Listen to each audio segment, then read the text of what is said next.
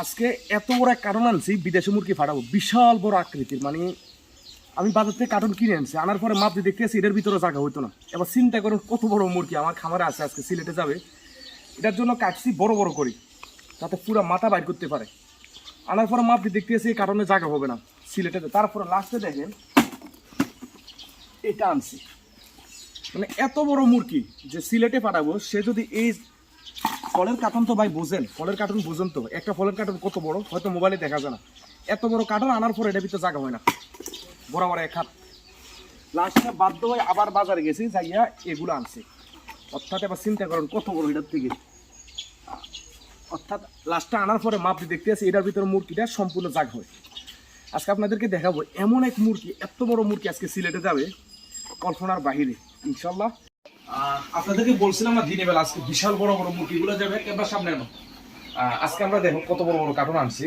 আজকে মূলত মজার বিষয় কি জানেন, এটার মধ্যে আমি পুরুষটা দিব S+100 মেলটা, আর ওটার মধ্যে দিব আমি S+100 ফিমেলটা। আজকে সিলেট কদম চলে যাবে, হাই সিলেট বাসে। আজকে আবার কিন্তু বিশাল বড় একটা ডেলিভারি। সবচেয়ে আমি ভয়ে আছি এত বড় মুরগি কোনো স্টক করে কিনা। আমি বাইর করলে ইনশাল্লাহ দেখাতে পারবে। এটা হয়তো ক্যামেরাতে একটু ছোট দেখা যায়, আনুমানিক মানে কত 4 কেজির উপরে আছে মাশাআল্লাহ। এখনো কিন্তু এটা ডিম দিতে আছে না, ডিমের আরো প্রায় 1.5 থেকে 2 মাস লাগবে। তাহলে ভাবি না এটা কত বড় হবে। বিশ্বের মধ্যে সবচেয়ে বড় মুরগি তালিকার মধ্যে তারা একটা S+100। আমি একটু রাখলে বুঝতে পারবেন, অনেকটা স্ট্রং। আর এটা একটা মজার বিষয় কি জানেন, আমি এটাকে ট্যাম করাইছিলাম। ট্যাম কি বলে জানেন, এই যে ও কিন্তু খুবই আনন্দ পায় এভাবে দিলে। এটা আমি ছোটকাল থেকে অভ্যাস করেছিলাম। তবে এই মালটা যাবে একজন ফ্রান্সের প্রবাসীর কাছে। উনি আমাদের থেকে এর আগে ফিজেন্টের কিছু, এটা খুবই শক্তিশালী কিন্তু আবার, মানে বেশি শটফট করলে আবার ক্ষতি করবে। এই জন্য আজকে সুন্দর একটা ডেলিভারি যাবে। আমি এটার জন্য আলাদা একটা রাখছি, কারণ এটাকে নেওয়াটাও খুব কঠিন একটা, জানি না।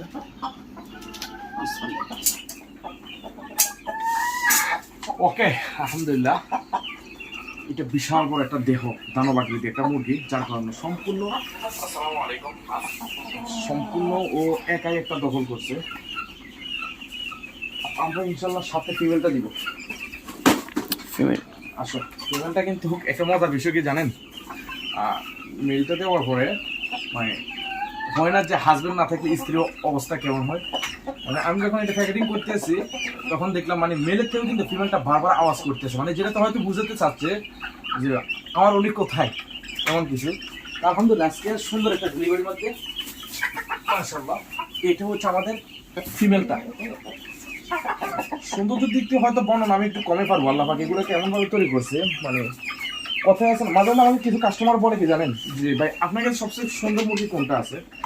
আমি উত্তরটা আজ পর্যন্ত কখনো দিতে পারিনি, কারণ দিব কিভাবে।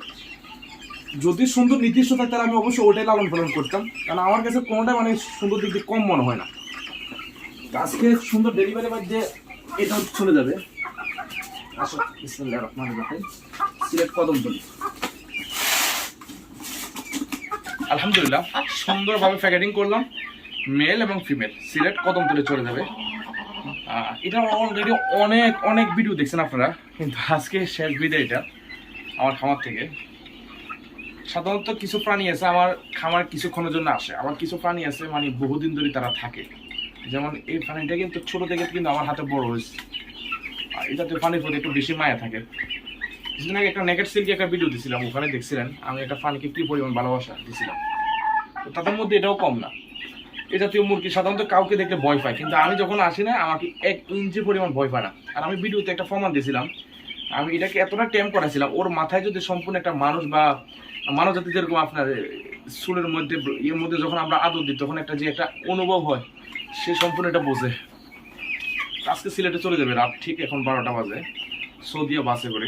ইনশাল্লাহ দোয়া করবেন, যেখানে যাক ওরা যাতে ভালো থাকে, সুস্থ সবল থাকে। ওকে ফি আমানিল্লাহ, আবারও দেখা হবে নতুন একটা ভিডিওতে।